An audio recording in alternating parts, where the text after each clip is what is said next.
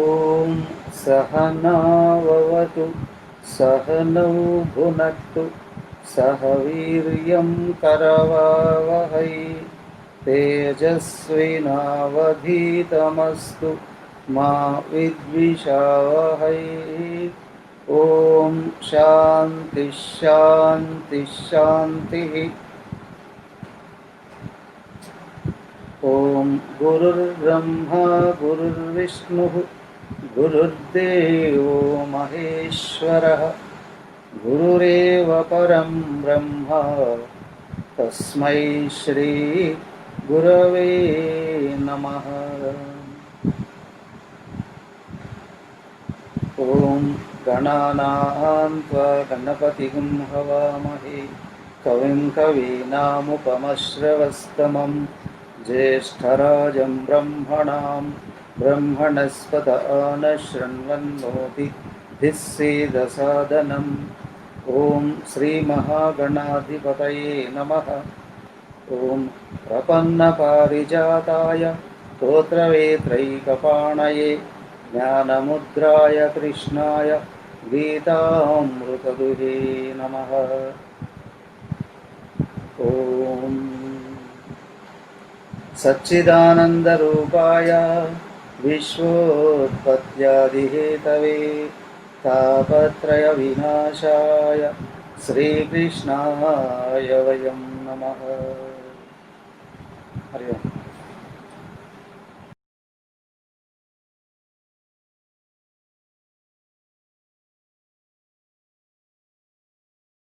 శ్రీమద్భాగవతం ప్రథమ స్కందం 5వ అధ్యాయం 17 శ్లోకాల వరకు పూర్తి చేసింది. 18వ శ్లోకం నుండి చూడండి. తస్యైవ హేతో ప్రయతేత కోవిదో న లభ్యతే యత్ భ్రమతాముపర్యథః తల్లభ్యతే దుఃఖవదన్యతః సుఖం కాలేన సర్వత్ర గభీరరంహసా.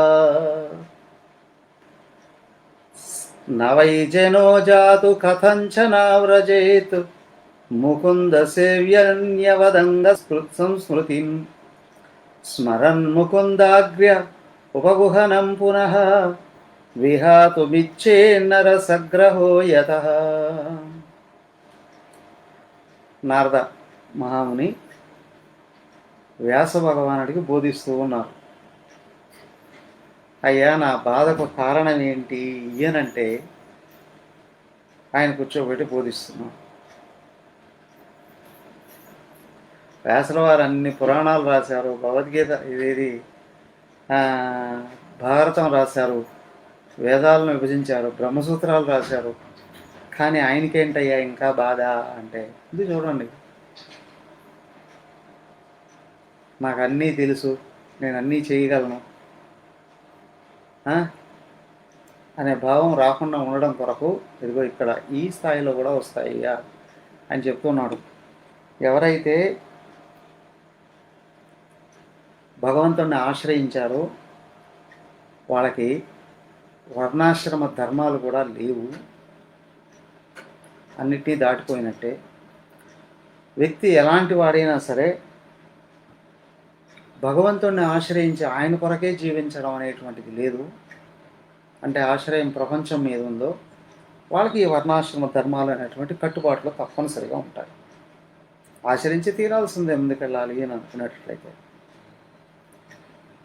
సో ఏంటి అనంటే అలాంటి వాళ్ళు ఇది భగవంతుడు మాత్రమే కావాలి అంటే మోక్ష పదాన్ని కాక ధర్మార్థ కామాలను ఆశ్రయిస్తే వాళ్ళు ఏ విధమైన సాధనలు చేసినప్పటికీ కూడా వాళ్ళు భూలోకం మొదలుకొని బ్రహ్మలోకం వరకు పునరావర్తిన అని అన్నారే, తిరుగుతూ ఉండాల్సిందేనట. నాకు భగవంతుడే కావాలి అంటే నాకు మోక్షమే కావాలి అనే లక్ష్యం కలిగిన వాడు అన్నిటి దాటిపోతాడు. లోపల ఆ భావం ఎక్కడైతే ఉందో ఆయన ఉద్ధరించేస్తాడు. అక్కడ చెప్పారుగా ఆశ్రయం మర్కట కిషోర న్యాయం, మార్జాల కిషోర న్యాయం అని. పిల్లి తన పిల్లలు హాయిగా తిరుగుతూ బయటికి వెళ్ళగలిగిన స్థితి వచ్చేంతవరకు 8 ప్రదేశాలు మారుస్తుందట. దానంతరం అదే మార్చేస్తుందట. అవి ఇంకా దాని కాళ్ళు చేతులు వాటికి బలం వచ్చేసింది, ఇంక తిరగలవు అన్నప్పుడు వదిలేస్తుంది. అలాగే భక్తుడు సంపూర్ణంగా ఎప్పుడైతే భగవంతుని ఆశ్రయించున్నాడో, శిష్యుడు గురువుని ఆశ్రయించున్నాడో, గురువు తిప్పుతాడు. కైకుయ్యి అనకూడదు. ఆయన ఎక్కడికి వెళ్ళమంటే అక్కడికి వెళ్ళాలి, ఏం చేయమంటే అది చేయాలి. అలా నీ ఆశ్రయం అక్కడ ఉంది అని అంటే, ఎందుకంటే ఆయనకు తెలుసు లోపల ఏ వాసనలు పైకి లేస్తున్నాయి, అవి కరగాలంటే ఏం చేయాలి అనేటువంటిది. సో సంపూర్ణమైన శ్రద్ధ ఎక్కడైతే ఉందో వెళ్ళిన తర్వాత తెలుస్తుంది, కరిగిపోతాయి. స్టెప్ పైకి ఎక్కినట్టు అనిపిస్తుంది. అలాగా ఈ పిల్లి పట్టుకున్నప్పుడు దాని ఇవేవో పళ్ళు సూదుల్లా ఉంటాయి. నోటితోనే పట్టుకుంటుంది, ఎగురుతుంది, గోడలు కూడా కిందికి దూకుతుంది. ఆ పిల్ల అరవన కూడా చిన్న శబ్దం కూడా చేయదు. కొయ్యి అనుకుంటా కామ్గా ఉంటుంది. సో ఎందుకు అంటే దానికి అదే రక్షణ అవుతుంది.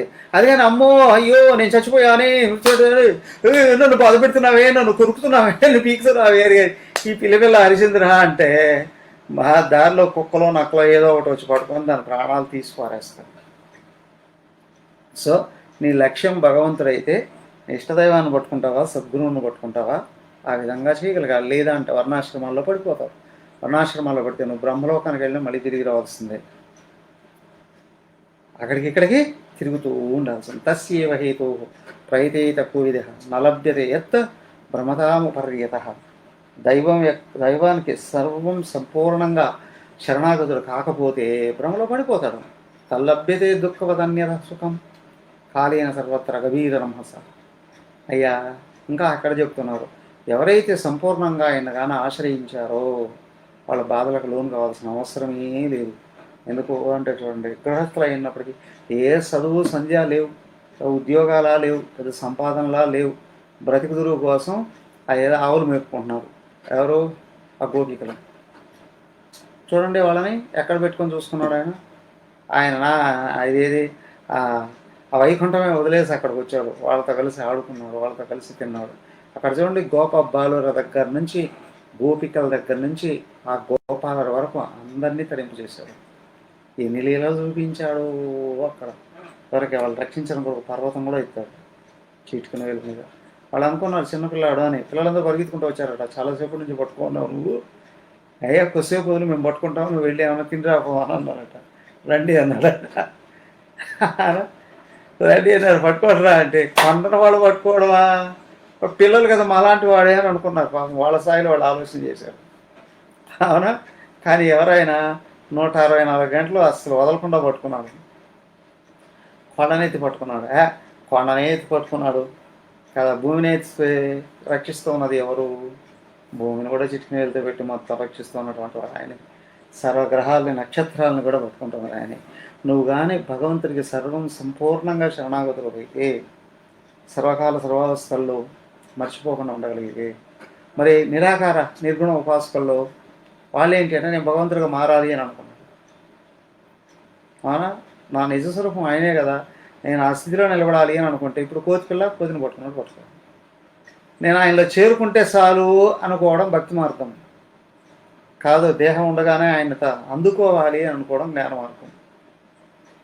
ఎవరు ఏ మార్గంలో సాధన చేస్తున్నారో వాళ్ళకు చూసుకోవాలి. ఎలాంటప్పుడు ఏం చేయాలి? కోతిని పట్టుకోవాలి. ఎక్కడ ఎప్పుడు ఎవరిని చూసినా ఆయనే కనిపించాలి. దేన్ని చూసినా ఆయనే కనిపించాలి. జడ వస్తువుల్లో ఆయనే, క్రిమికీటకాదులు, పశుపక్షాదులు, మానవులు అందరిలో ఆయన్ని చూడగలుగుతూ ఉంటేనే తన మార్గం సుగమంగా తనకు కనిపిస్తూ ఉంటుంది. కానీ రాగద్వేషాలు ఎదురయ్యాయంటే గమ్యం మాయమైపోతుంది. ఆ గోపికలు చూడండి, ఆ రాత్రిపూటే వెళ్ళిపోయారు ఆయన దగ్గరికి. ఎందుకు వచ్చారా అని తిట్టాడు. మీకోసమే కదా ఈ జీవితం అని అన్నాడు. అయిన తర్వాత రండి అన్నాడు. వాళ్ళలో రాసలీలా ఆడారు. వాళ్ళంతా వాళ్ళు అనుకున్నారు మనకంటే ఇంత గొప్ప వాళ్ళు ఇంకెవరు ఉంటారు, సాక్షాత్ నారాయణుడు మనతో వచ్చి డ్యాన్స్ చేస్తున్నాడు, మనకంటే గొప్ప వాళ్ళు ఎవరుంటారు అని అనుకున్నారు. మాయమైపోయాడు.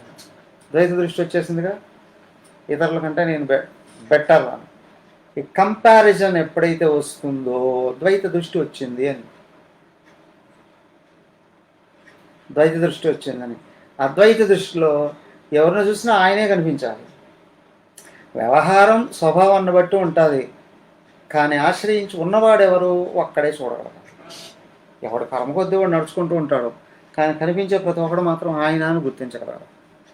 అప్పుడు ఆయన నిన్ను నడిపించడం అనేటువంటిది, ఆయనే నీగా మారుతూ వస్తాడు పైకి.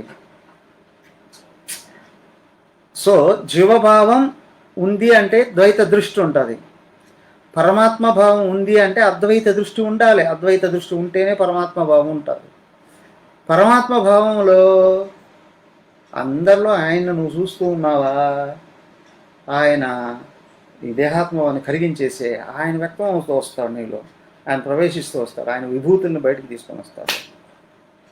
అది మర్చిపోకుండా ఉండగలగాలి.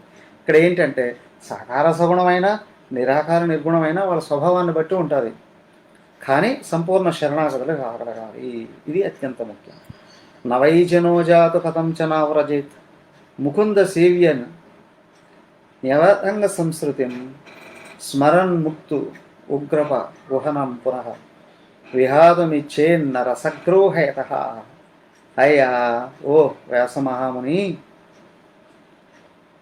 ఎవరైతే భగవంతుడికి సంపూర్ణ శరణాగతుడయ్యాడో వాడు ఇతరులలాగా బతకడు. నవైజనోజాత కథంచనావజయిత, అలాంటి వాడు ఇంకొకడు ఉండడు, ఇతరులలాగా ఆయన బతకడు. ముకుంద సేవ్య యువతంగ సంస్కృతి, నిత్యం నిరంతరం ఆయన పాదపద్మాల యందు, ఆయన స్వరూపం యందు మనసు సంపూర్ణంగా లగ్నమై ఉంటుంది. స్మరన్ ముకుంద ఉగ్రు ఉపగుహనం పునః విహాతమిచ్చే నరసగ్రు. ఎవరికైతే ఆయన యందు దృష్టి సంపూర్ణంగా నిలబడి ఉందో వాళ్ళకి చింత అనేదే ఉండదు, కామక్రోధాలు ప్రవేశించవు, మోహం అనేది వాళ్ళకి రాదు, అజ్ఞానం అనేది రాదు, అహంకారం అనేది రాదు. ఇది ఒక్కసారి దేహవాత్మ భావం వచ్చిందంటే అన్నీ వస్తాయి. కామం, క్రోధం, లోభం, మోహం, మదం, మత్సరం, ఈర్ష్య, అసూయ, ద్వేషం, అవునా, ఎన్ని ఉన్నాయో అన్నీ వచ్చి చేస్తాయి దేహాత్మ లేచిందంటే. దేహాత్మ లేచిందంటే నేను అంతటోని వాడిని అన్నట్టు అంటాడా, అన్నీ పెరుగుతాయి, లోపల నుండి అన్నీ పెరుగుతాయి. సో దానికి ఏంటంటే నిరాకరణ ఇప్పుడు ఉపాసనలో ఉన్నటువంటి వాడు ఈ ఒక్కటి గుర్తుపెట్టుకో ఉండాలి. ఉదయం చెప్పారుగా, అనన్య చేతాస్తం, matching matching matching matching matching, match చేసుకోగలగాలి. ఎక్కడ ఎవడు కనిపించినా అక్కడ ఆయనే అనేనా అనుకోవాలి, లేదా నేనే అనైనా అనుకోవాలి. నేనే అనుకోవాలంటే సాహసం కావాలి. ఓకే, సాహసం వచ్చిందిరా అంటే ఏం చేస్తావు, నిన్ను నువ్వు ఎలా భావించుకుంటావో నువ్వు ఇతరులను కూడా ఆ విధంగా భావించుకోగలగాలి. కొంచెం కష్టం అండి అనుకున్నప్పుడు ఆయనే ఎదురయ్యాడు అని అనుకో, నువ్వు ఆయనతో ఏ విధంగా వ్యవహరిస్తావో అట్లాగా వ్యవహరించు. నన్ను దూషించాడండి, ఆయనే దూషించాడు అనుకో. నన్ను ద్వేషించాడండి, ఆయనే ద్వేషించాడు అని అనుకో. అది ఎట్లా అనుకుంటావు, నీకు ఆయన కావాలి అని అనుకుంటే అట్లాగే అనుకోవాలి. అలా ఆయనే కావాలి అని అనుకుంటే నీ మనసు కానీ ఏకత్వంలో నిలబెడితే నిజంగా ఎదుటి వాళ్ళ దోషం ఉందంటే భగవంతుడు పిండుతాడు వాడిని,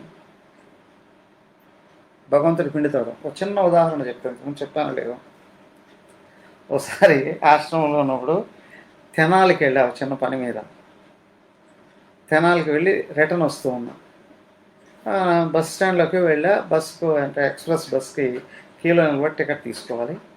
ఆ క్యూలో నిలబడుతూనే ఫస్ట్ నేనే ఉన్నా. వాడు వెనక నుంచి ఎవడో వచ్చాడు. వాడొచ్చి ఆ, బొట్టును మాలను విమర్శిస్తున్నాడు. వాడు "వాడు ఎందుకు పెట్టుకున్నావు బొట్టు, ఎందుకు పెట్టుకున్నావు బొట్టు, మాల తీసుకున్నావు అన్న. వీడేంట్రా బస్ స్టాండ్లో ఏ విధంగా మాట్లాడుతున్నాడే అని నేను అనుకుంటూ ఉన్నాను. ఈ లోపల ఒక ఆయన పరిగెత్తుకుంటూ వచ్చాడు వెనకాల నుంచి. స్వామీజీ వాడు తాగేస్తున్నాడు, వాడికి మీరేం మాట్లాడకండి, రెట్టిస్తున్నాడు.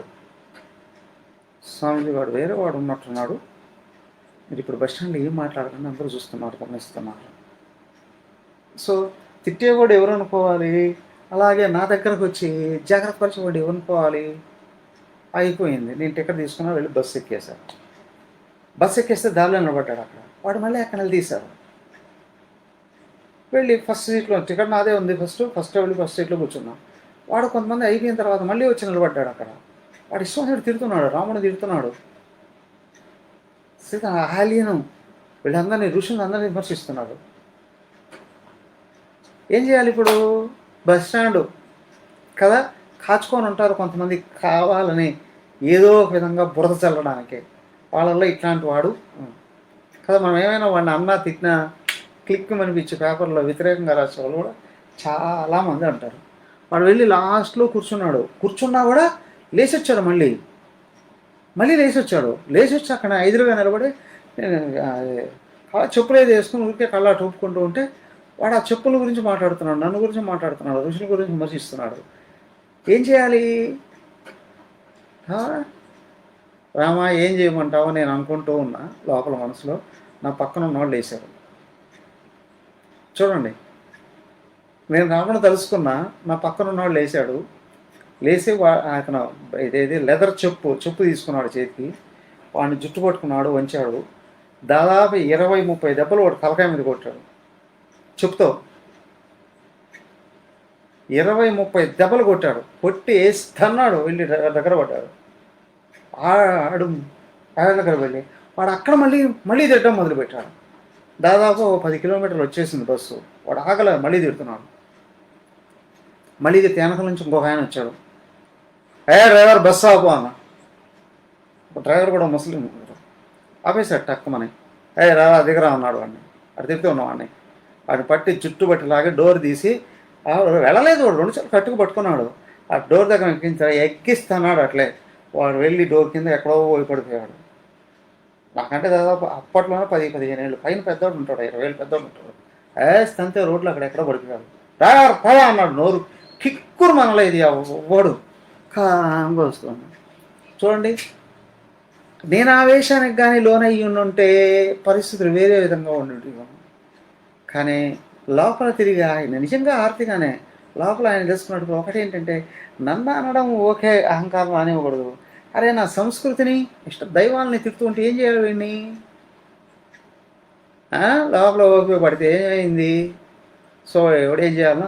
అయితే ఇక్కడ ఏంటంటే, అంత సర్వసమర్పణ భావన కానీ లోపల ఉంది అంటే భగవంతుడు ఎవరిని కదిలించాలో ఏం చేయాలనో అది చేసేస్తాడు. అలాగ జరగాలి అని కానీ అలాగ జరుగుతుందని కానీ నేను కూడా ఊహించలేదు. కానీ మనసు ఇష్టదైవం పాదపద్మాల మీద ఉన్నది అంటే మనకి ఎప్పుడు ఎక్కడ ఏది ఎదురైనా హెచ్చరికలు చేసేది ఆయనే, టెస్ట్ చేసేది ఆయనే. వీళ్ళ అహంకారం ఉందా, నిరహంకారం ఉందా, ఏకత్వం ఉందా, భిన్నత్వం ఉందా, కామక్రోధాలకు లోనవుతున్నాడా, లేదా ఏకత్వాన్ని భగవంతుని చూడగలుగుతున్నాడా, ఇవన్నీ ఆయనే చూస్తుంది. సాధకుడుగా ముందుకెళ్ళాలి అని అనుకునేటట్లయితే. అయితే ఏంటంటే ఎప్పటికీ ఒకే విధానమే ఇది కాదు. సర్వకాల సర్వావస్థల్లో విధానం ఒకటి సూట్ కాదు. ఏది ఏమై ఉన్నప్పటికీ కూడా మన మనసు భగవంతుడి పాదపద్మాల నుండి దూరం కాకుండా ఉండేటట్లుగా ఆలోచించి పరిస్థితుల్ని అలాగా మలచుకుంటూ ముందుకు వెళ్ళగలిగేటట్లయితే దైవానికి దగ్గర అవుతాం. గమనించుకోగలగాలి. ఏంటి అంటే, ఒక్కోసారి మౌనంగా ఉంటే లోపల మనసు విపరీతమైనటువంటి వేగానికి లోనయ్యి దేహాత్మం పెరిగే అవకాశాలు కూడా ఉంటాయి. అవునా? ఒక్కొక్కసారి బయట కోపాన్ని కానీ ప్రకటించాము అని అనుకోండి, అప్పుడు కూడా మన సాధనకు దూరం అయ్యేటువంటి పరిస్థితులు ఉంటాయి. కానీ సమయానుకూలంగా ఎప్పుడు నేను ఏం చేస్తే నా మనసు భగవంతుడికి దూరంగా ఉంటుంది, ఏకత్వ దృష్టికి దూరం కాకుండా ఉంటుంది గుర్తించుకొని ఆ విధంగా ఉండగలిగేటట్లయితే ఎప్పుడు మనసు ఆనంద సాగరంలో నిమగ్నం అయి ఉంటుంది, మనసుకు అశాంతి రాకుండా ఉంటుంది. ఇదం హి విశ్వం భగవాని వేతరు యతో జగస్థాన నిరోధ సంభవ తద్ది స్వయం వేద భవాన్ తదాపి వై ప్రాదేశమాత్రం బ్రవద ప్రదర్శితం త్వమాత్మనాత్మానమవేక్ష్య మోఘదృక్ పరస్య పుంసః పరమాత్మనః కలాం అజం ప్రజాతం జగదః శివాయ తత్ మహానుభావోऽప్యతయోధిగణ్యతాం. ఎందుకు అనంటే, ఇదిగో ఇక్కడ ఎదురుగా కనిపిస్తూ ఉన్నటువంటి ఇదం విశ్వం భగవాన్ ఇవ నా ఇతరో యత్ జగత్ స్థాన నిరోధ సంభవ. ఈ సృష్టి స్థితి లయ యావత్తు భగవాన్ స్వయం వేద పదాపి వై. ఆయనే సృష్టి యావత్తు ఆయనలో నుంచి వస్తుంది, ఆయనగానే ఉంటుంది, ఆయనలోనే నిలబడుతుంది, ఆయనలోనే కలిసిపోతుంది.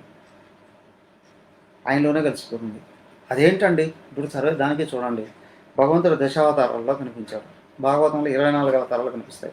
ముఖ్యంగా దశావతారాల రూపంలో కూడా చూడండి. అవునా? అన్ని అందమైన రూపాలే కనిపిస్తాయా? రాముడు కృష్ణుడు తప్ప మిగతా ఏ రూపాలను అంత అందంగా చూడగలం మనం? ఐడియల్గా చూడగలం? అవునా? చేపను ఎంతమంది పూజిస్తారు? చేపను చూస్తే ఏమనిపిస్తుంది? 190% మందికి నోరు ఊరుతారు. అవునా? చేపను చూస్తే నోరు తాబేలు చూస్తే కొద్దిసేపు ఆడుకోవాలనిపించచ్చులేమో, ఏమీ చేయలేరు. ఆ తర్వాత వచ్చింది పందిని చూస్తే ఈయనకి వెళ్ళిపోతాం కదా. ఇది ఓకే. తర్వాత 4వ అవతారం నరసింహాన్ని చూస్తే అడ్రస్ కనిపించవు, గుండెకి చచ్చిపోతారు. ఎదురుగా నరసింహం కానీ కనిపించింది అంటే ఒకవేళ నరసింహ అవతారం దేవతలే భయపడిపోయారు నరసింహ అవతారాలను చూస్తే. ఏమయ్యా తర్వాత వామనుడు చూడండి, బుడుగ్గా వచ్చినట్టు వచ్చి ఏమయ్యా ఆయన ఏదో చక్కగా యజ్ఞం చేసుకుంటూ ఉంటే అక్కడికి వచ్చి 3 అడుగుల స్థానం అడిగి ఆ తర్వాత ఆయన వాళ్ళ గురువు మాట కూడా వినకుండా ఈయనకి దానం చేస్తే ఆయన పాతాళలోకానికి తొక్కేశాడండి, అది అన్యాయం కదా అనేవాళ్ళు కూడా ఉంటారు. అవునా? ఎవరి దృష్టిని బట్టి అన్యాయం కదా, అక్రమం కదా. ఇవన్నీ ఏమిటయ్యా? బ్రహ్మదేవుడే అడిగాడు. అదేమిటయ్యా నారాయణ? బ్రహ్మదేవుడే అడిగాడు. వాళ్ళ గురువును కూడా కాదని చెప్పి నీకు దానం చేస్తే నువ్వేంటి ఆయన్ని పాతాళలోకానికి తొక్కి పారేసావు? ఇది ఎక్కడ అయ్యా, నాకేం అర్థం కావట్లేదు అని సాక్షాత్తు బ్రహ్మదేవుడే అన్నాడు.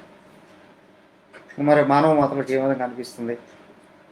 తర్వాత చెప్పాడు అనుకోండి, ఆయన చెప్పాల్సింది చెప్పాడు. ఏమయ్యా బ్రహ్మదేవ సృష్టించాడు, పడేస్తే సరిపోతుందా అంటారు కదా అప్పుడప్పుడు. కానీ పడేస్తే సరిపోతుందా? ఎవరు పెంచేది? అవునా? ఎవరయ్యా పెంచేది రక్షించేది? నారాయణమూర్తి కదా, ఆయనకి తెలుస్తాయి బాధలన్నీ కదా. అలాగే ఏంటి అని అంటే ఆయనకున్న బాధలు ఆయనవి లేండి అని. ఏది ఏమైనప్పటికీ కూడా రామకృష్ణ అవతారాలలో తప్ప మిగతా అవతారాలన్నింటినీ ఆదర్శంగా తీసుకోలేము. అలాగే ప్రపంచంలో ఇన్ని రకాల జీవరాశులు కూడా ఉన్నాయని 10 అవతారాలు చూపించాడు. కొన్ని అసహ్యంగా ఉన్నాయి, కొన్ని ఇష్టంగా ఉంటాయి, కొన్ని ఆదర్శంగా ఉంటాయి. అవునా? కొన్ని ముచ్చటగా ఉంటాయి, కొన్ని భయాన్ని గొలిపిస్తాయి, కొన్ని అసహ్యం కలిగిస్తాయి. ఇన్ని ఉన్నాయి ప్రపంచంలో నామరూపాలు.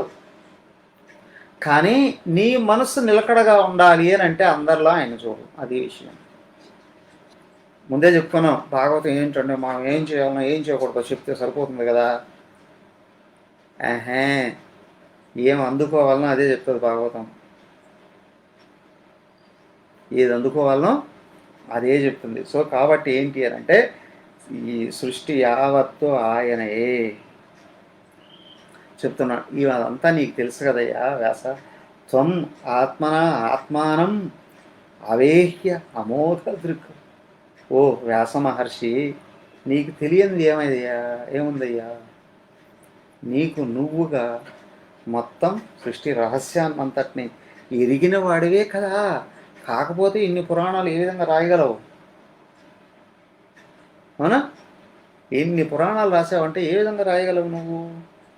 పరస్య పుంస పరమాత్మన కదా, పరమపురుషుడు పరమాత్మ అయినటువంటి అజం ప్రజాతం జగత శ్వాయ తత్వ ఆయన ఉన్నాడే, పుట్టుకే లేనివాడు అయ్యున్నప్పటికీ అందరినీ తరింపజేయడానికి అనేక రకాల అవతారాలు కూడా అవుతాయి. మహానుభావ అభ్యుదయం అధిగణ్యత. ఇదిగో ఓ వ్యాస మహర్షి, ఇవన్నీ నీకు చెప్పాల్సిన అవసరం లేదు, ఇవన్నీ నీకు తెలుసు. సో కాబట్టి ఏంటి ఏనంటే, సో నువ్వు అన్నీ చేసావు కానీ అన్నీ అయ్యున్న ఆయన్ని మాత్రమే పొగడబడేటువంటి గ్రంథం ఒకటి తయారు చేయలేదు. ఆయన కీర్తించు. ఇదం హి పుంసస్తపసః శ్రుతస్య వా స్విష్టస్య సూక్తస్య చ బుద్ధదత్తయోః కవిచ్యుతోర్ధ కవిభిర్నిరూపితో ఏదుత్తమ శ్లోక గుణానువర్ణనం. సో కాబట్టి ఏమిటి ఏనంటే, అనేక రకాల చరిత్రలను తీసుకొని వచ్చావు, విధానాలని బోధనలు చేసావు. కానీ ఇప్పుడు ఏంటి అంటే కేవలం భగవంతుని అందుకోవడానికి మాత్రమే ఉపయోగపడేటువంటి గ్రంథం. దాంట్లో ఆయన్నే స్తుతించడం, ఆయన్నే పూజించడం, ఆయన్నే స్మరించడం, ఆయన్నే కీర్తించడం, ఆయన్నే ఆరాధించడం, ఆయన్నే ధ్యానించడంకు ఉపయోగపడేటువంటి విధానం కలిగినటువంటి భక్తులు భగవంతుడు వాళ్ళకు సంబంధించిన కథలే రాయి. అహం పురాతీత భవే భవం మునే దాస్యాస్తు కశ్చాచ్చన వేదవాదినాం నిరూపితో బాలక ఏవ యోగినాం శుశ్రూషణే ప్రావృషి నిర్వివిక్షతాం తే మయ్యపీతాఖిల చాపలేర్భకే దాంతే ధృతక్రీడనకేనువర్తిని చక్రకృపాం యద్యసి తుల్యదర్శన శుశ్రూఢమాణే మునయుల్పభాషిణః. ఇదిగో ఇదంతా నీకు ఎందుకు చెప్తున్నాను అనంటే, ఒక్కటే గుర్తుంచుకోండి, ప్రపంచం నుండి ఏ ఎదురైనప్పటికీ కూడా నీ మనసు కానీ భగవంతుడి పాదపద్మాలు కానీ వదలకుండా ఉండగలిగేటట్లయితే 1,00,000 జన్మల్లో చేసేది ఒక్క జన్మలో సాధించేస్తాం. 1,00,00,000 జన్మల్లో కృషి చేసి పొందేటువంటి ఫలం ఒక్క జన్మలో వచ్చేస్తుంది. అనేక కథలు ఉన్నాయి. సత్సంగ మహాత్మ్యం చెప్పుకునేటప్పుడు చెప్పుకుంటాం ఒక జీవుడి కథ. అలాగే మీరు విన్నారో లేదో, మహాభారతంలో కీటకోపాఖ్యానం అని ఒక గ్రంథం ఉంది. పురుగు ఉంటుంది, కొంగళ పురుగు లాంటిది. ఒక పురుగుకి వ్యాసుల వారికి మధ్య జరిగిన సంవాదం, ఒక గ్రంథం అది. ఒక మహా అద్భుతమైన గ్రంథం, వాళ్ళిద్దరి మధ్య జరిగినటువంటిది. అలాగే ఇక్కడ ఇవన్నీ ఎందుకు కానీ ఈయన ఏం చెప్తున్నాడు చూడండి, తన జీవితాన్నే తన ఉదాహరణగా చెప్తూ ఉన్నారు. ఇప్పుడు ఎవరు? నారద మహర్షి తన జీవితాన్నే తన ఉదాహరణగా చెప్తున్నాడు. ఏమయ్యా, అహం పురా అతీత భవే అభవం ముని దాస్యాత్ పశ్చాశ్చన వేదవాదిన. నేను కూడా నా జీవితాన్ని గురించి నీకు ఒకసారి చెప్తాను నేను. ఎందుకంటే భగవంతుని యందు భక్తి వలన నేను ఇంతటి వాడినయ్యాను. కానీ ఒకప్పుడు నా జీవితం ఏంటి ఏనంటే, పూర్వకల్పంలో ఈయన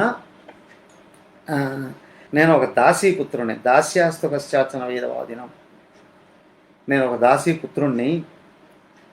కానీ మా అమ్మ వెంట అట్లా తిరుగుతుండేవాడిని. మా అమ్మ అక్కడక్కడ ఇళ్ళలో ఇది పాచి పనులు చేస్తూ అక్కడ ఏదైనా వచ్చింది తీసుకొని వచ్చి నాకు పెట్టి నన్ను పోషిస్తూ ఉండేటువంటిది. మా ఊర్లో ఒకసారి ఏమైంది, వేద పండితులందరూ వచ్చి పెద్ద యజ్ఞం ఏదో యజ్ఞం చేస్తున్నారట. చేస్తూ ఉంటే అక్కడికి ఈయన వెళుతూ ఉన్నాడు. చాతుర్మాస్యం జరుగుతుందట. చాతుర్మాస్యం సందర్భంలో 4 నెలలు ఉంటారు కదా మహాత్ములైనటువంటి వాళ్ళందరూ కదా. ఆ సందర్భంలో నాకు కూడా ఆసక్తి కలిగింది.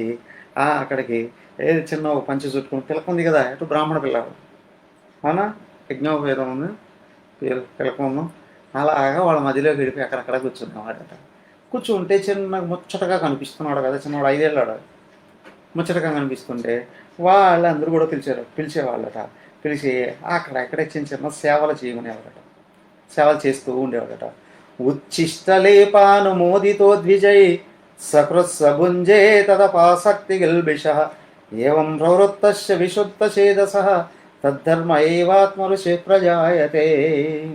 వాళ్ళంతా మహాత్ములు. చతుర్మాసానికి వచ్చారంటే గొప్ప గొప్ప మహాత్ములు, ఋషులైన వాళ్ళందరూ వచ్చేవాళ్ళట. వాళ్ళకు ఈయన అవసరమైన సేవలు చేసేవాళ్ళట. ఏం చేసేవాడండి? వాళ్ళకి ఏదో అక్కడ ఆసనాలు వేయడము, నీళ్ళు తీసుకొచ్చేయడము, లేదా వాళ్ళ పాదాలు కడగడము, వాళ్ళకు బట్టలు ఏదైనా తెలుసడము, అవి ఏదో ఒక చిన్న చిన్న పనులు చేస్తూ ఉంటే ముచ్చట వాళ్ళ దగ్గర ఉండేవారట. వాళ్ళు అలాగా తినగా మిగిలిన ఆహార పదార్థాలు కూడా ఉంటాయి కదా, అక్కడ వాళ్ళ కోసం తయారు చేస్తూ ఉంటారు కదా, అక్కడ వాళ్ళు ఇలాంటివి వినిపిస్తే ఈయన కూడా తింటూ ఉంటారు. అవునా? వాళ్ళ కోసం వండినటువంటి పదార్థాలే, వాళ్ళ ఉచ్చిష్టాన్ని నేను తింటూ ఉండేటువంటి వాడిని, వాళ్ళ ఆశీర్వాదాలని పొందాను, వాళ్ళ దగ్గర నుంచి వాళ్ళ ఇష్టాన్ని ప్రసాదంగాను స్వీకరించాను. నాలో క్రమంగా ఏమైంది అంటే భగవంతుడి మీదకి దృష్టి మళ్ళింది. వాళ్ళు ఇంత గొప్పవాళ్ళుగా ఉన్నారంటే దైవభక్తి కలిగి ఉండడం వల్ల కదా, నాకు కూడా దేవుడు కావాలి అనే భావం కలిగిందట. తత్రాన్వహం కృష్ణ కథా ప్రగాయతాం అనుగ్రహేణ శ్రవణం మనోహర తాశ్రద్ధయా మే అనుపదం విశృణ్వత ప్రియశ్రవస్యంగమమాభద్రుచి. వాళ్ళ అనుగ్రహంతో వాళ్ళు చెప్తున్న కథలంతా వింటూ ఉన్నాడు కదా. కొంత యజ్ఞాలు చేస్తున్నాడు, యజ్ఞాలకు ఏదో సేవకుడుగా పనిచేస్తున్నాడు. ఆ తర్వాత వాళ్ళు కూర్చొని భగవంతుని గురించి కథలుగా జ్ఞానాన్ని బోధన చేస్తూ ఉంటాయి.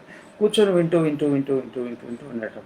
వినడం వల్ల ఏమైంది అంటే క్రమంగా దేవుడి యందు ఆసక్తి కలిగింది, దైవ కథల యందు, దైవ నామం యందు భక్తి కలిగింది. తస్మిన్ తదా లబ్ధ రుచిర్మహాముని ప్రియశ్రవస్య స్ఖలితామతిర్మమ యయాహమే తత్ సదస్వమాయయా పశ్యే మయి బ్రహ్మణి కల్పితం పరే. బాగా గమనించండి. ఏంటి అని అంటే భగవంతుని యందు ఇష్టం ఎప్పుడు కలుగుతుంది? అదే చెప్తున్నారు ఇక్కడ. 3 పనులు ముఖ్యంగా కనిపిస్తున్నాయి చూడండి. వాళ్ళ దగ్గరకు వెళ్ళాను, వాళ్ళకి సేవలు చేస్తూ ఉన్నాను. అవును, వాళ్ళకి సేవలు చేస్తూ ఉన్నాను. తర్వాత వాళ్ళు వదిలిన అన్నం తింటూ ఉన్నాను, ప్రసాదం స్వీకరిస్తాను. వదిలేసినట్టు ఆకుల్లో వదిలేసింది అని అనుకోకండి. మనం వాళ్ళతో పాటు మిగిలినటువంటి ఆహారాన్ని స్వీకరిస్తూ ఉన్నాము, వాళ్ళ ఇచ్చిష్టాన్ని తింటున్నాము అని అంటున్నాడు. మరి ఋషులు మునులు వదిలేసిన పదార్థాన్ని తినడం అనేటువంటిది శిష్యులందరూ చేస్తారు కదా, అలాగా వాళ్ళ ఉచ్చిష్టాన్ని స్వీకరిస్తూ ఉన్నాము. మూడవది అతి ముఖ్యమైనటువంటిది ఏంటి అని అంటే వాళ్ళు చెప్తున్న నిరంతరం భగవంతుని గురించి వింటూ ఉన్నాము. ఈ 3 కానీ చేస్తే భగవంతుడి యందు ఇష్టం కలుగుతుంది,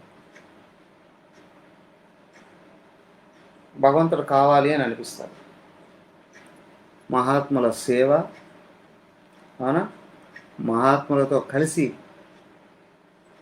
ఆహారం స్వీకరించడం, వాళ్ళు ఇచ్చిన ప్రసాదాన్ని స్వీకరించడం, వాళ్ళు చెప్తూ ఉన్నటువంటి దైవ బోధనను వినడం, ఈ 3 కలిగితేనే నువ్వు ఎక్కడున్నా దైవం కావాలి అని అనిపిస్తుంది. దైవాన్ని స్మరించే శక్తి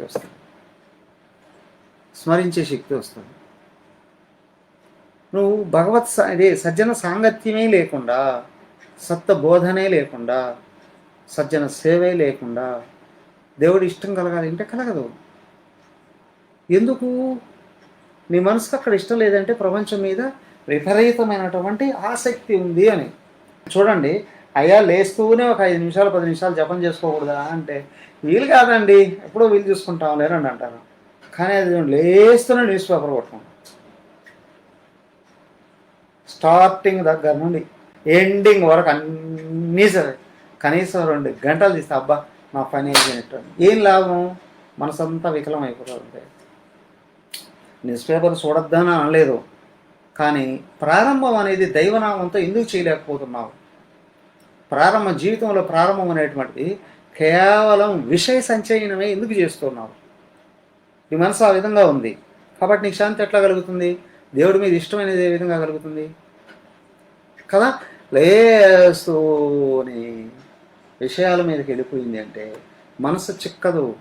లేస్తూనే దైవం వైపు వెళ్ళిపోయింది అని అంటే దైవం మీద ఇష్టం కలిగింది అంటే ఆగుతుంది, మనస్సు ఆగుతుంది. సో కాబట్టి ఏం చెప్తున్నాడు అని అంటే నేను ఆ విధంగా వాళ్ళని సేవిస్తూ వాళ్ళ ఆహారాన్ని తింటూ మరి వాళ్ళ దగ్గర భగవంతుని గురించి వినడం వల్ల నా లోపల కూడా భగవంతుడి యొక్క భక్తి కలిగింది, భగవంతుడి ఎందు ఇష్టం కలిగింది, భగవంతుడి ఎందు ఆర్తి కలిగింది, ఆర్తి కలిగింది. మళ్ళీ ఏమైందండి? ఇత్తం శరత్ ప్రావృషికావృతౌ హరే విశ్వన్వతో మే నృసవం యశోమలం సంకీర్త్యమానం మునిభిర్మహాత్మభిః భక్తి ప్రవృత్తాత్మరజస్తమోవహ. ఇలా అలాగ 4 నెలలు ఉన్నారు వాళ్ళు. ఎప్పటి నుంచి ప్రారంభమవుతుంది? చంద్రమాస్యం వర్షాకాలం స్టార్టింగ్ నుండి కదా, గురు పౌర్ణమికి ముందు ఉన్న ఏకాదశి నుండి మొదలవుతుంది. కార్తీక శుద్ధ ఏకాదశి వరకు కొనసాగుతుంది. 4 జూలై, ఆగస్ట్, సెప్టెంబర్, అక్టోబర్, 4 నెలలు. 4 నెలలు అయిందట. 4 నెలలు వీళ్ళతో తలమునకలు అయిపోయాడట ఆయన. అసలు వాళ్ళ అమ్మ ఉంది అని కూడా తెలియలేదట. వాళ్ళ అమ్మ కూడా వదిలేసిందట. వాళ్ళ అమ్మ కూడా అక్కడే ఏదో సేవలు చేసుకుంటూ ఉంది. కానీ ఈ అబ్బాయి ఎక్కడ పడితే అక్కడికి వెళ్ళిపోవట్లేదు.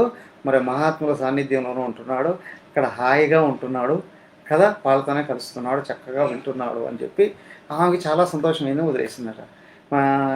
అయిపోయింది. ఎప్పుడైతే కార్తీక మాసం వచ్చిందో, కార్తీక శుద్ధ ఏకాదశికి చాతుర్మాసం అయిపోయింది. వాళ్ళందరూ ఎక్కడ వాళ్ళు అక్కడ వెళ్ళిపోయారు. వాళ్ళందరూ వెళ్ళిపోయారు కానీ వాళ్ళ అనుగ్రహంతో వాళ్ళు మంత్ర ఉపదేశం కూడా చేశారట. వాసుదేవ మంత్రోపదేశం కూడా చేశారట. ఆయన మనసులో ఇక దేవుడు నిలబడిపోయాడు. తస్యైవం మేనురక్తస్య ప్రశ్రితస్య హతై సనసః శబ్దదానస్య బాలస్య దాంతస్యానుచరస్య చ జ్ఞానం గుహ్యతమం యత్తత్ సాక్షాత్ భగవతోదితం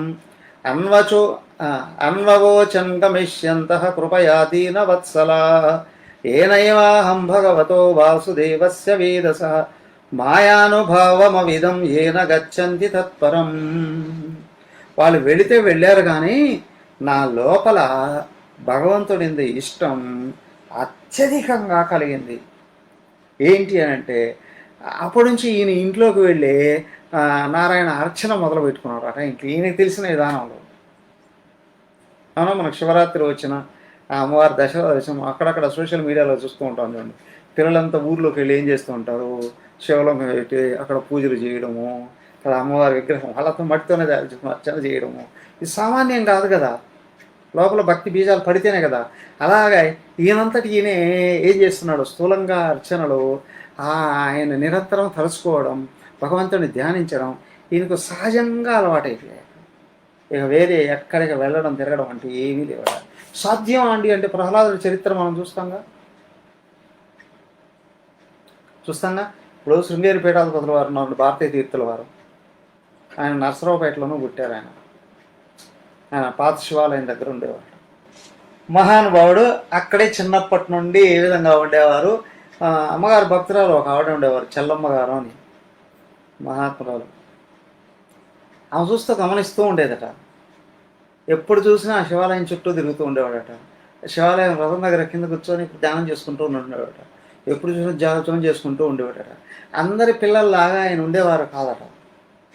చిన్నప్పుడు చూడండి లక్షణాలు ఏ విధంగా తయారవుతాయో చూడండి. ఆయన శృంగేరికి పీఠాధిపతులు అయిపోయారు, మహాత్ముడు. సో కాబట్టి ఇక్కడ ఏంటి అంటే చిన్నప్పటి నుంచే ఆ లక్షణాలు తెలుస్తాయి, ఏ విధంగా ఉన్నారు, ఎలా ఉన్నారు. అలాగే మన నారదుల వారు కూడా ఏం చేస్తున్నారో చిన్నప్పటి నుంచి భగవద్భక్తి ఏంది, ఆయన త్రికరణ శుద్ధిగా వాళ్ళు ఏవైతే నియమాలు కొన్ని చెప్పిపోయారో ఆ మహాత్ములు వెళుతూ ఏ నియమాలు చెప్పిపోయారో ఆ నియమాలన్నింటినీ పాటించడం మొదలుపెట్టారట.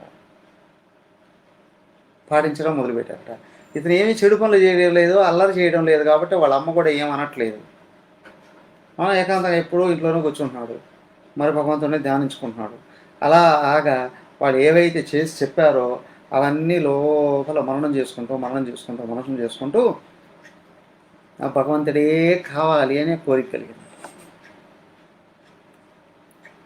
కలిగిందంట. అప్పుడు ఏం చేశాడు చూడండి. ఏతత్సంసూచితం బ్రహ్మం తాపత్రయ చికిత్సితం యదేశ్వరే భగవతి కర్మ బ్రహ్మణి భావితం అమయో యశ్చ భూతానాం జాయతే ఏన సూరతః తదేవ హ్యామయం ద్రవ్యం న పునాతి చికిత్సితం ఏవం నృణాం క్రియా యోగా సర్వే సంస్కృతి హేతవః. సో కాబట్టి ఏమిటి అని అంటే భగవంతుడి యొక్క అనుగ్రహం కలగాలి, భగవత్ స్థానాన్ని పొందాలి, భగవంతుణ్ణి చేరుకోవాలి అని అనుకుంటే ఒక్కటే గుర్తుంచుకోవయ్యా, ఈశ్వరార్పితం నేచయా కృతం చిత్తశోధకం ముక్తి సాధకం. రమణ మహర్షి వారు చెప్పారు చూడండి అక్కడ, ఈశ్వరార్పిత కర్మల్ని చేయగలగాలి. భగవంతుడు చెప్పాడు కదా, మయి సర్వాణి కర్మాణి సన్యస్యాధ్యాత్మచేతస నిరాశీర్నిర్మమో భూత్వా యుద్ధస్వ విగతజ్వర. నువ్వు ఎప్పుడు ఎక్కడ ఏం చేసినప్పటికీ కూడా యత్కరోషి యతస్నాసి యజ్జుహోషి తదాసియసు యత్తపస్యసి కౌంతేయ తత్పురుష్వమదర్పణం. ఏం చేయాలంటే భగవంతుడి కొరకు నువ్వు ఏమి మాట్లాడినా, ఏమి తిన్నా, ఏమి చేసినా, మన ఏది పూజ చేసినా, ఏమి యజ్ఞం చేసినా, అంటే నిత్య జీవితంలో నిద్ర లేచినప్పటి నుండి మళ్ళీ పడుకునేంత వరకు నువ్వు చేస్తూ ఉన్న కర్మలన్నీ కూడా భగవాన్ నీ కొరకే చేస్తున్నాను అనే ఒక్క భావాన్ని కానీ నిరంతరం నిలబెట్టుకోగలిగేటట్లయితే భగవంతుడు మన వెంట ఉంటాడండి. అదేనా భగవంతుడి వెంట నేనుండం కాదు, నువ్వు చేస్తూ ఉన్న సర్వకర్మలని సమర్పణ చేయగలిగితే ఆయన నీ వెంట ఉంటాడు. అది ఎట్లా ఉంటాడండి? వెంటే ఉన్నాడయ్యా, ఎప్పుడు నీ ఆత్మయ్యి ఆయన నీ వెంటే ఉన్నాడు కదా. దృష్టి వెనకలు చూస్తూ ముందుకు నడవగలిగేటట్లయితే ఫస్ట్ ఆశ్రమాల్లోకి ధర్మవీర కోర్సులోకి జాయిన్ అవుతున్నాయి. అమ్మా నేను ఎలాగ నడుచుకోవాలి అని ఒక మాట అడిగా. అమ్మగారు ఒకే మాటలో చెప్పారు, నీ గురువు నిన్ను నిరంతరం చూస్తున్నారు అనే భావాన్ని గుర్తుపెట్టుకొని వ్యవహరించు. నీ గురువు నిన్ను చూస్తూ ఉన్నారు, ఈ విషయాన్ని మర్చిపోకు. తర్వాత శివరాత్రి ఏదో వచ్చింది, అమ్మ ఈ పనులన్నీ ఏ విధంగా చేయాలి అని ఒక మాట ఏదో అడిగా. నీ గురువు నిన్ను మెచ్చుకునే విధంగా చెయ్యి అని. చూడండి, ఎదుగుదల అనేది ఎక్కడి నుంచి ఏ విధంగా ఉంటుందో చూడు. నీ గురువును నిన్ను మెచ్చుకునే విధంగా నువ్వు చెయ్యి. ఫస్ట్ స్టెప్ చూస్తూ ఉన్నారు, సెకండ్ స్టెప్ ఎదుగుదల, ఇక్కడ నైపుణ్యత. ఫస్ట్ యోగం ఆరంభం కావాలి అని అంటేనే ఏంటంటే వెనకలు చూస్తూ ముందుకు చెయ్యి అని. దాన్ని అదే శివుడు ధ్యానం రూపంలో నిరంతరం చూపించేది ఏంటి అని అంటే అక్కడ జ్ఞానంతో వ్యవహరించడము. ఆయన ధ్యానంలోనే చూపించాడు చూడండి. అర్ధనిమిలిత నేత్రుడు అంటే సగం కళ్ళు మూసుకుంటాడు, సగం కళ్ళు తెచ్చుకుంటాడు. ధ్యానంలో ఈ విధంగా చేయడం అంటే నరకంగానే ఉంటుంది, కరెక్ట్ రంధ్రాలు చిట్లిపోతాయి, ఆ విధంగా చేయలేము. ఏంటయ్యా అంటే అమ్మగారిని ఒకసారి వెళ్ళి అడిగా, అమ్మ ఇదేంటి ఈ విధంగా ఎట్లాగా ప్రాక్టీస్ చేయడము అని. అది కాదు, నువ్వు చేస్తూ ఉన్నప్పుడు నీ దృష్టి సగం దైవం మీద ఉండాలి, సగం వ్యవహారం మీద ఉండాలి. సగం సగం విభజించుకోవడం ఎట్లా అని అంటే, ఇప్పుడు భక్తి మార్గంలో అయితే నీ ఇష్టదైవాన్ని స్మరించుకుంటూ చెయ్యి అని, జ్ఞాన మార్గంలో అయితే అన్యమైన ఆలోచనలు రానివ్వకుండా సాక్షిభావంతో చెయ్యి. కర్మణి అకర్మయ పశ్యేత్ అకర్మణి కర్మయ అని వ్యవహరిస్తూ ఉన్నావా, సాక్షిగా ఉండు, నేను ఆత్మను అని. అవునా, నేను ఆత్మను అనుకుంటే పనేట చేస్తాము అంటే పనికి సంబంధించిన ధర్మాన్ని బయట పాటించి తీరాల్సిందే. నేను ఆత్మను కదా అనుకుంటే అయ్యా ఇక్కడ సంబోధన కూడా కష్టమైపోతుంది. మళ్ళీ ఏంటి ఏమవుతుంది ఏనంటే, నేను ఆత్మను, నా కాళ్ళు లేవు, నా చేతులు లేవు, నేను ఏం చేయలేను, ఇట్లాగా అనుకున్నాం అంటే మళ్ళీ ఏమవుతుంది, మెట్టవేదాంతం అయిపోతుంది. కానీ విశేషం ఏంటి అంటే చేసేటి శరీర మనోబుద్ధులు కదా. ఒక్కోసారి బయటకు వచ్చి సంబోధన చేయాల్సింది వస్తుంది. నేను చూస్తున్నాను, నేను వింటున్నాను, నేను చేస్తున్నాను అని అనాల్సింది వస్తుంది. కానీ నీకు తెలియాలి ఏంటి అని అంటే ఉపాధులు ఇట్లా వ్యవహరిస్తున్నాను, నేను అన్యంగా ఉన్నాననే భావం మర్చిపోకూడదు. సో కాబట్టి ఏంటంటే లోపల జ్ఞానానికి బయట వ్యవహారానికి జాగ్రత్తగా సమన్వయం చూసుకోగలగాలి. విచిత్రం ఏంటి అని అంటే అందరూ జ్ఞానాన్ని నేర్చుకుంటారు, జ్ఞానాన్ని కూడా బోధించేస్తారు, కొద్ది రోజుల తర్వాత ఎటుపోతారో తెలియదు. కానీ గురువు అనుగ్రహం అనేది ఉంటే మాత్రమే ఇది ఆత్మను సమన్వయం చేసుకుని వ్యవహారం జరగడానికి అవకాశం ఉండేటువంటి. వ్యవహారం జరుగుతుంది, నేను చూస్తున్నాను, అది చూసే నేనుగా మిగలాలి అంటే ధ్యానంలో కూర్చుంటే వ్యవహారం అంతా ఆపగలగాలి. నారదుల వారు అంటున్నారు, ఋషుల అనుగ్రహం చేత నాకు ఇది సిద్ధించిందయ్యా. లోపల భగవంతుని హాయిగా కూర్చొని నిశ్చలంగా ధ్యానం చేసుకునేటువంటి స్థితి నాకు కలిగింది. సో నా మనసు, నా ఆలోచనలు అన్నీ ఆయన వెంట పరుగులు తీసుకుంటూ వెళుతున్నాయి. ఆయన నా వెంట ఉన్నాడు అని కూడా నాకు అనిపిస్తూ ఉంది. సో కాబట్టి అయ్యా నువ్వు కూడా ఈ విధంగా నడుచుకో అని అన్నాడు. ఆయన తెలుసా తెలియదా? విచిత్రం ఏంటంటే జీవితంలో అనేకమైన గొప్ప గొప్ప గొప్ప పనులు చేస్తూ ఉన్నప్పటికీ కూడా ప్రతినిత్యం మనసును నన్ను చూసుకోకపోతే ఎప్పుడైనా కిందికి వెళ్ళచ్చు, ఎప్పుడైనా పైకి రావచ్చు. సర్వకాల సర్వావస్థలలో వెనకల దైవాన్ని చూసుకుంటూనే వ్యవహారం చేస్తూ ఉండగలగాలి. నేను చేసేసాను కదా, నేను చదివేశాను కదా, నేను మాట్లాడేశాను కదా, నేను రాసేసాను కదా, ఏమైపోతాయో తెలియదు. దానికి ఏమన్నారు, ఏషా బ్రాహ్మీ స్థితి పార్థ నైనం ప్రాప్య విముఖ్యతి స్థిత్వాస్యామంతకాలేపి బ్రహ్మ నిర్వాణమృచ్చతి అన్నారు. ఆయన ఎవరో భరతుడు, జీవన్ముక్తుడే. ఆయన ఏంటి అంటే 100 ఏళ్ళు పరిపాలన చేశాడట. 100 సంవత్సరాలు ద్వాపరయుగంలోనే అంత పరిపాలన చేసిన జీవన్ముక్తుడయ్యాడు. రాజ్యాన్ని వదిలేసి వెళ్ళిపోయాడు. చిన్న లేడి విషయంలో అనురాగం వెళ్తే మళ్ళీ 4 జన్మలు ఎత్తాడండి. మళ్ళీ 4 జన్మలు. దానికి ఏంటంటే భగవంతుడు కావాలి అనుకునేటట్లయితే భగవంతుడి నుండి దృష్టి చెలింపజేసే పనులు పట్టుకోకు. సెకండ్, నువ్వు నిరంతరం భగవంతుడిని నీ మనసు అనుసరిస్తుందా లేదా, అవునా, ఆయన కొరకు జీవిస్తుందా, ఆయన స్మరణలో జీవిస్తుందా లేదా గుర్తుంచుకోగలిగేటట్లయితే ఎప్పుడు ఏమాత్రం కించిత్ తేడా వచ్చినా వెంటనే కరెక్ట్ చేసుకోవడానికి అవకాశం ఉంది. లేదా లోపల కానీ రాజసిక భావాలు, అసురు భావాలు కానీ దూరాయో. విశ్వామిత్రుడు అంతటా వాడిని తపస్సు కోసం ఆయన వెళ్ళిన ఆ మేనకు వచ్చింది, ఆయన వెంటబడింది. 20 ఏళ్ళ తర్వాత తెలిసిందట నేను తపస్సును మానేశామని. ఎప్పుడు? 20 సంవత్సరాల తర్వాత.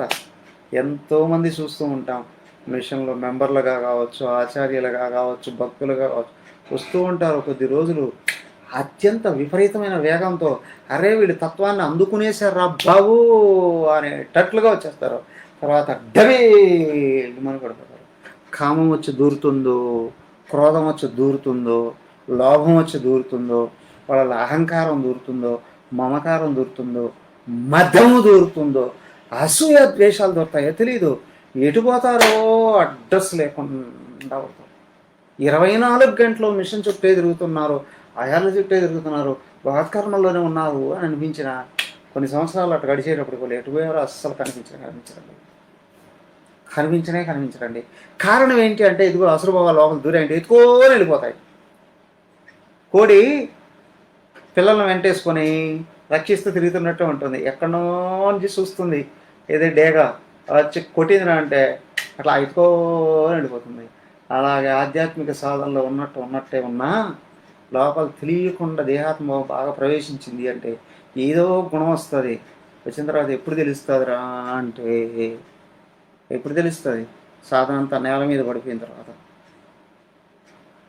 రకరకాల బాధలు, వేదనలు, నాకు ఆకలి కావట్లేదండి, నిద్ర రావట్లేదండి, ఏదేదో భయంగా ఉంటుందండి అని అంటే దేవుణ్ణి మర్చిపోయినాం. ఇంకా పైగా అసురభావాలు కానీ బాగా లోపల నిండాయి అని అనుకోండి, అవునా, ఇంతకుముందు మనం చేసుకున్న సాధనలని, సత్సంబంధాలని, సత్సాంగత్యాన్ని, శాస్త్రాలని కూడా విమర్శించుకుంటూ భయంకరమైన రాక్షసత్వాన్ని పెంపొందింపజేసుకునేటువంటి విషయాలు కూడా పెరుగుతాయి.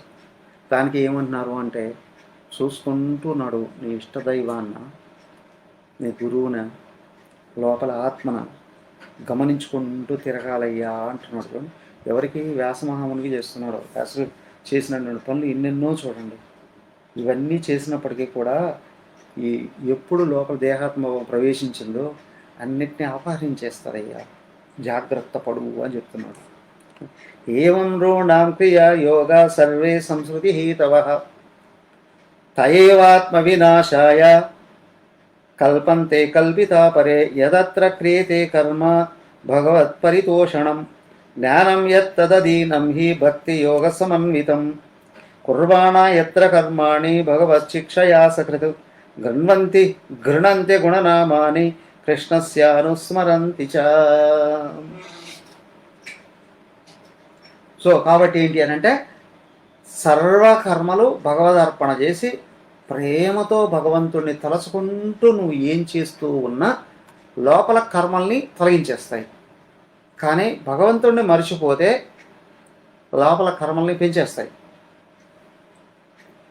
లోపల కర్మలు పెంచేస్తాయి. ఏం చేసావో ఇంతకుముందు అనేటువంటిది కాదు. సో కాబట్టి ఏంటి అంటే నువ్వు సంపూర్ణంగా పరిపూర్ణంగా ఆత్మజ్ఞానాన్ని అందుకునేంత వరకు సర్వకాల సర్వావస్థల్లో ఆయన్ని మరచిపోకుండా తిరగవయ్యా. అందుకే చెప్తారు, ఏమని తెలుసుకోవాలండి చెప్తున్నానండి. నమో భగవతే తుభ్యం వాసుదేవాయ ధీమహి ప్రద్యుమ్నాయ నిరుద్ధాయ నమః సంకర్షణాయ చ ఇది మూర్త్యభిధానేన మంత్రమూర్తిమమూర్తికం యజతే యజ్ఞపురుషం స సమ్యక్ దర్శన పుమాన్. ఓం నమో భగవతే తుభ్యం వాసుదేవాయ ధీమహి. అయ్యా ఓ వాసుదేవ, నిన్ను నేను ఆరాధిస్తూ ఉన్నా, నిన్ను నేను అనుసరిస్తూ ఉన్నా, నీ కొరకు నేను జీవిస్తూ ఉన్నా.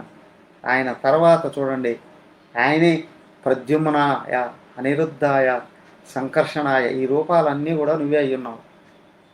వాసుదేవుడు, ప్రద్యుమ్నుడు, అనిరుద్ధుడు, సంకర్షణుడు ఎవరయ్యా? ఆయన బలరాముడు. బలరాముడు నువ్వే, వాసుదేవుడివి నువ్వే, నీ కొడుకు ప్రద్యుమ్నుడు కూడా నువ్వే, నీ మనవడు ప్రద్యుమ్నుడు కొడుకు అనిరుద్ధుడు కూడా నువ్వే. ఈ నలుగురు నువ్వేనండి. ఇదంతా ఎందుకు చెప్తున్నారయ్యా అంటే భగవద్గీతలో చెప్పాడు చూడండి, పత్రం పుష్పం ఫలంతో యం యోమే భక్త్యా ప్రయచ్చతి అని. అక్కడ 4 చెప్పాడు, పత్రం పుష్పం ఫలంతో ఏమని.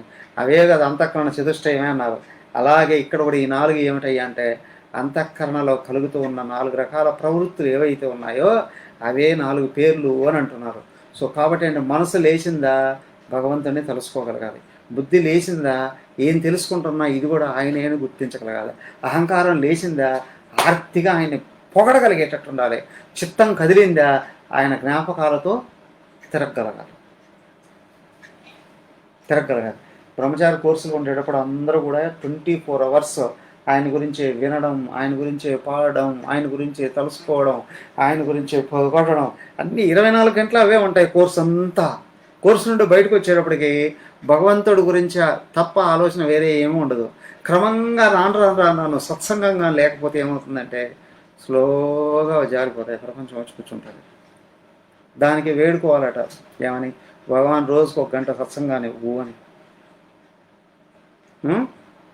సత్సంగాన్ని ఏమవుతుంది ఏంటి, అంతఃకరణ చతుష్టయం భగవన్మయం అవుతుంది.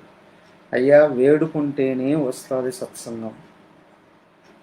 సత్సంగంలో నువ్వు పార్టిసిపేట్ చేయాలి అన్నా, నువ్వు సత్సంగాన్ని నడవాలి అనన్నా, సర్వసమర్పణ భావంతో ఆర్తిగా భగవంతుడిని వేడుకున్నప్పుడు మాత్రమే, కేవలం భగవద్గీతుడి అనుగ్రహం చేత మాత్రమే సత్సంగం లభిస్తుంది. ఈ సత్సంగమే నాకు ఫుడ్, ఈ సత్సంగమే నాకు నీళ్లు, ఈ సత్సంగమే నాకు ప్రాణం, ఈ సత్సంగమే నాకు సర్వస్వం అని ఎవరైతే అనుకున్నారో వాడు దేవుడికి దూరం కాడు. వాళ్ళు దేవుడికి దూరం కారు. ఒక్కటే గుర్తుంచుకోండి, ఏంటి అంటే ఈరోజు సత్సంగం అమ్మగారు ప్రాక్టికల్గా అమ్మగారు చెప్పిన విషయాలు కూడా ఉన్నాయి. ఒకరోజు సత్సంగం లేకపోతే ఆ రోజు ఫుడ్ తినేవాళ్ళు కాదు. ఒక్కనైనా కూర్చోవాలి. అలాగా 10 కిలోమీటర్లు అక్కడ చిత్తూరులో ఉండేటప్పుడట రోజు 10 కిలోమీటర్లు నడుచుకుంటూ వెళ్ళేవారట సత్సంగం కోసం. ఒక 4 దొరకకుండా ఉంటారా ఒక పల్లెటూరులోకి వెళితే? ఒక పల్లెటూరులోకి వెళ్ళి కూర్చుంటే నాకు 4 దొరకకుండా ఉంటారా, నేను సత్సంగం చేయకుండా ఉంటానా అని. ఈ 10 కిలోమీటర్లు వెళ్ళి రావడంలోనే జపం చేసుకున్నారు, జపం జరిగేదట. అక్కడ ఏంటంటే భగవంతుని తలుసుకుంటూనే వెళుతూ ఉంటారు కదా, సత్కర్మ కూడా అయ్యేదే, అదే కర్మ అయ్యేదట, అదే భక్తి అయ్యేదట. అక్కడికి వచ్చి 4 మాటలు మాట్లాడుతూనే భగవంతుడు మనసు లీనమైపోయేదట, అదే విచారణ, అదే ధ్యానం అయ్యేదట. అయ్యా ఒక్కటే, నువ్వు భగవంతుడిని సునాయాసంగా తెలుసుకోవాలి అని అనుకుంటున్నావా, నీకు పంచప్రాణాలు సత్సంగం కావాలి. సత్సంగం కావాలి. నువ్వు సత్సంగాన్ని ప్రేమిస్తున్నావా, సత్సంగాన్ని సర్వస్వం అనుకుంటున్నావా, సత్సంగాన్ని వదలకుండా ఉండగలుగుతున్నావా, నీకు దేవుడు అసలు ఎప్పుడు దూరం కాడు. నీళ్ళు అహంకారం నిండా రానివ్వడు ఆయన. ఆయన తీసి పారేస్తాడు. నీ హృదయం నిండా ఆయనే కూర్చుంటాడు. నీ హృదయం నిండా ఆయన కూర్చున్నప్పుడే నీకు సత్సంగం మీద ప్రేమ కలుగుతుంది. ఎవరు కాదు మన రాజే, స్వామి సత్సంగానికి ఎవరు రావట్లేదు స్వామి, సత్సంగానికి ఎవరు రావట్లేదు స్వామి, ధర్మవీరులు కూడా రావట్లేదు స్వామి, కమిటీ వాళ్ళు కూడా రావట్లేదు స్వామి. 20 ఏళ్ళ నుంచి పాట పాట పాట నేనేమండి, నీకు కావాలన్నా వాళ్ళకి కావాలన్నా సత్సంగం? నువ్వు వాళ్ళు కూడా బాగుపడాలి, రావాలి కదా. వాళ్ళు రారయ్యా, వాళ్ళకి లేదు లోపల కోరిక. మరి నువ్వు లోపల వాళ్ళ పాదాలకు నమస్కారాలు చేసుకోవాలి. ఒక్కడన్నా రాంటరా పాపను, ఒక్కడన్నా వచ్చి కూర్చుంటాడు. ఒక్కడొచ్చినా నువ్వు 4 మాటలు మాట్లాడడానికి అవకాశం ఉంటుందా లేదా? అవునా కదా? నువ్వు బాటంగానే వాళ్ళని పొగిడేసేయి, బాటంగానే వాళ్ళని, అవునా, ఒక చెప్పు, నీ వల్ల నాకు సత్సంగం వస్తుంది అని. ఆ విధంగానే ఒకరిద్దరున్నో రాగలుగుతారు, నీకు సత్సంగం ఉంటుంది. నీకు దేవుడు కావాలి అనుకున్నప్పుడు నువ్వు ఇట్లా చేయాల్సిందే అని అది అర్థం కావడానికి కూడా కొన్నేళ్ళు పడుతుంది. అవునా? తర్వాత నిజమే, ఎవడి అవసరాల కొద్దీ వాళ్ళు పరుగులు తీస్తూ ఉంటారు. కానీ నా అవసరం ఏంటంటే దేవుడు కావాలి అని అనుకున్నానా, నేను దేవుడిని వేడుకోవాలి, భగవంతుడు ఒక్కడున్నా ఇవ్వయ్యా. ఒకవేళ ఒకడు రాకపోయినా ఆ వెంకట చైతన్య తెలుసు కదా, విశాఖపట్నం ఉన్నాడు. అసలు ఆయన వాడు 1 సంవత్సరం రోజులు యువకేంద్ర క్లాస్ ఆయన ఒక్కడే నడుపుకున్నాడు. ఒకసారి 1 ఇయర్ 365 డేస్లో దాదాపు 54 వారాలు, వారానికి ఒక రోజు వెళితే ఆ ఒక్కడే కూర్చొని చదువుకునేవాడట. ఆయనే డిస్కస్ చేసుకునేవాడట, ఆయనే డిస్కస్ చేసుకునేవాడు. 1 ఇయర్ ఆపకుండా చేస్తున్నాను స్వామి. ఆ తర్వాత నేను వెళ్ళే ఒకసారి యజ్ఞం జరుగుతూ ఉంది, యజ్ఞం జరుగుతూ ఉంటే అప్పుడు మాట్లాడుతున్నాడు. తర్వాత కంటిన్యూ. ఇప్పుడు చూడండి, ఆయన ఆచార్యుడు, విశాఖపట్నంలో ఆచార్యుడిగా కూర్చున్నాడు. అవునా? అన్నపానీయాల కంటే మిగులుగా సత్సంగాన్ని ఎవరైతే భావిస్తూ ఉన్నారో భగవంతుడు టెస్ట్ చేస్తాడు. కానీ ఏంటంటే చెప్పేవాడిని నేను గొప్ప అని కాదు, వినేవాడు ఒక్కడ దొరికినా చాలరా బాబు దేవుని తలుచుకోవచ్చు అనే కోరిక ఎక్కడైతే ఉంటుందో వాళ్ళ లోపల నుండే భగవంతుడు పెడతాడు. తస్మాత్ సర్వగతం బ్రహ్మ నిత్యం యజ్ఞే ప్రతిష్ఠితం. అవునా? పట్టు వదలకుండా ఎక్కడ భగవత్ స్మరణ జరుగుతుందో భగవంతుడు అక్కడ నుండి పుడతాడండి. దాన్నే అన్నారు, ఇది మూర్తి అభిధానైన మంత్రమూర్తి మూర్తికం ఏదైతే యజ్ఞపురుషం సహ సమ్యక్ దర్శనం పుమాన్. అయ్యా, నువ్వు పట్టు వదలకుండా ఒక చోట ఆయన్ని స్మరించడం, ఒక సమయం, ఒక ప్రదేశం, ఒక నియమం ఎక్కడైతే కలుగుతుందో ఆ స్థలం యజ్ఞం ప్రదేశం అవుతుంది, యజ్ఞశాల అవుతుంది. ఆయన యజ్ఞపురుషుల్లాగా పైకి వస్తాడండి. నీ లోపల హృదయంలో ఉన్న అజ్ఞానాన్ని అంతటినీ తొలగించేస్తాడు. ఇమం స్వనిగమం బ్రహ్మ నవేత్యమదనుష్ఠితం అదాన్మే జ్ఞానమైశ్వర్యం స్వస్మిన్ భావం చ కేశవ త్వమప్యదబ్ర శ్రుత విశ్రుతం విభూ సమాప్యతే ఏన విదాంబుదుస్థితం ఆఖ్యాహి దుఃఖైర్ముహురర్ధితాత్మనాం సంక్లేశ నిర్వాణము శంతి నాణ్యదా. ఆయన చెప్తున్నాడు ఏమయ్యా అంటే, ఓ వ్యాసమహాముని, ఇదిగో ఇప్పుడు నీకు చెప్పింది అంతా ఏంటో కాదయ్యా, నా ఇష్టం వచ్చింది నీకేం చెప్పలేదు. అవునా? నీకు అవసరమైంది భగవంతుడే చెప్పాడు, గుర్తుంచుకో. ఇది సమర్పణ భావం. నేను చెప్పాను కదా అని అనుకున్నప్పుడు కరెక్ట్గా చెప్పకపోతే కిందికి పడిపోవడము, లేదా బాగా నచ్చితే పైకి తేలిపోవడము, 2 అహంకారమే, ఇన్ఫీరియారిటీ సుపీరియారిటీ కదా. చెప్పబోయే సత్సంగానికి వెళ్ళే ముందు నన్ను నేను వదిలిపెట్టుకొని ఆయన చూస్తూ వెళ్ళగలిగానా, చెప్పిందంతా ఆయన అనేది చెప్పేవాడు కూడా వింటాడు, వాణి ఆయింది అని చెప్పి. అవునా? నారదుల వారు ఇంతసేపు బోధించి ఓ వ్యాస మహాముని, నీకు నేనేదో బోధన చేయలేదయ్యా, నీకు తెలియంది ఏదీ లేదు, కానీ నీకు అవసరమైంది భగవంతుడు చెప్పాడు. ఇది భగవంతుడి యొక్క భావం. త్వమపి అధభ్రశ్రుత విశ్రుతం విభో, నువ్వు కూడా అత్యంత ఇష్టంగా విన్నావు. నీకు తెలియంది ఏమీ లేదు, నీకు అన్నీ తెలుసు. ఎందుకంటే ఆల్రెడీ ఎన్నో శాస్త్రాలు రాసేసావు కదా. కానీ ఇప్పుడు నీకు ఇది అవసరం ఉంది, అవునా? అందుకే భగవంతుడు నీకు ఈ విధంగా చెప్పించాడు. ఏంటి అంటే మనసును సంపూర్ణంగా భగవద్ ఆయత్తం చేయి. నీ మనసు ఎప్పుడైతే సర్వకాల సర్వావస్థల్లో త్రికరణ శుద్ధిగా భగవంతుడి పాదపద్మాలను ఆశ్రయించింది అంటే నీలో అజ్ఞానం ఎగిరిపోతుంది. అదే సంసారం నుండి బయటపడడానికి. ఈయనకి ఎక్కడుంది సంసారం? ఆలోచనలు పడిపోవడమే సంసారం. అర్థమైందా? ఆలోచనలు భగవంతుడిని స్మరిస్తూ ఆలోచనలు ఆపడమే ముక్తి. ముక్తి పొందనవాడు ఎవడు లేడు, కానీ ముక్తి నిరంతరం నిలబెట్టుకోలేరు ఎవడు. ఆలోచనల్లో పడిపోయావా, సంసారంలో పడ్డావు. భగవంతుడిని మర్చిపోలేదా, ఆలోచనలు ఆగిపోతాయి. నీ ఇష్టం ఏం చేస్తావో.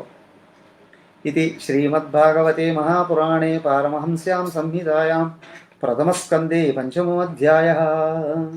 ఈ విధంగా శ్రీమద్ భాగవత మహాపురాణంలో పరమహంసల సంవాద రూపంలో ఉన్నటువంటి, దానికే గురూజీ అంటారు సత్సంగం. భాగవతం అంటేనే సత్సంగం అండి అని. మహాపురుషుల సంవాదం చూడండి. ఎవరు? ఒకవైపు నారదుడు, ఇంకొక వైపు వ్యాసుల వారు, వాళ్ళిద్దరి మధ్య సంవాదం. ఇంతకంటే అదృష్టం ఇంకోటి ఉంటుందా జీవితంలో? ఇట్లాంటి ఇద్దరు మహానుభావుల యొక్క సంవాదాన్ని వినడం ఈరోజు మనం ఈ సమయంలో కూర్చోనంటే మనకంటే అదృష్టవంతులు ఎవడు ఉండడయ్యా? ఎవరు ఉండరయ్యా? ఇట్లాంటిదే నిరంతరం కావాలి అని కోరుకోగలగాలి. ఈ విధంగా ప్రథమ స్కందంలో 5వ అధ్యాయం పూర్తయిందండి. అయితే ఏమైంది? నారదుల వారు కొంచెం వరకు చెప్పుకుంటూ వచ్చారు కదా. ఆ విధంగా నేను ఆ మహాత్ముల యొక్క అనుగ్రహంతో భగవద్భక్తిని చేసుకుంటున్నా. తర్వాత ఏమైంది? వ్యాసుల వారికి సందేహం వచ్చింది కదా. అత 6ోऽధ్యాయః. ఏవం నిశమ్య భగవాన్ దేవర్షేర్జన్మ కర్మ చ భూయః పప్రచ్ఛతం బ్రహ్మన్ వ్యాసః సత్యవతీ సుతః. ఈ విధంగా మళ్ళీ సూతులు వచ్చాడు. ఈ విధంగా నారదుల వారు చెప్పి ఆపేటప్పటికి వ్యాసుల వారు ముందుకొచ్చి ఆయన మళ్ళీ అడగబోతూ ఉన్నాడు. ఏమని అడుగుతున్నాడు రేపు చూద్దాం. ఓం కాయేన వాచ మనసేంద్రియైర్వా బుద్ధ్యాత్మనా వా ప్రకృతే స్వభావాత్ కరోమి యద్యత్ సకలం పరస్మై నారాయణాయేతి సమర్పయామి. శ్రీమన్నారాయణాయేతి సమర్పయామి. ఓం పూర్ణమదః పూర్ణమిదం పూర్ణాత్ పూర్ణముదచ్యతే పూర్ణస్య పూర్ణమాదాయ పూర్ణమేవావశిష్యతే. ఓం శాంతి శాంతి శాంతి. హరి ఓం. శ్రీ గురుభ్యో నమః. హరి ఓం.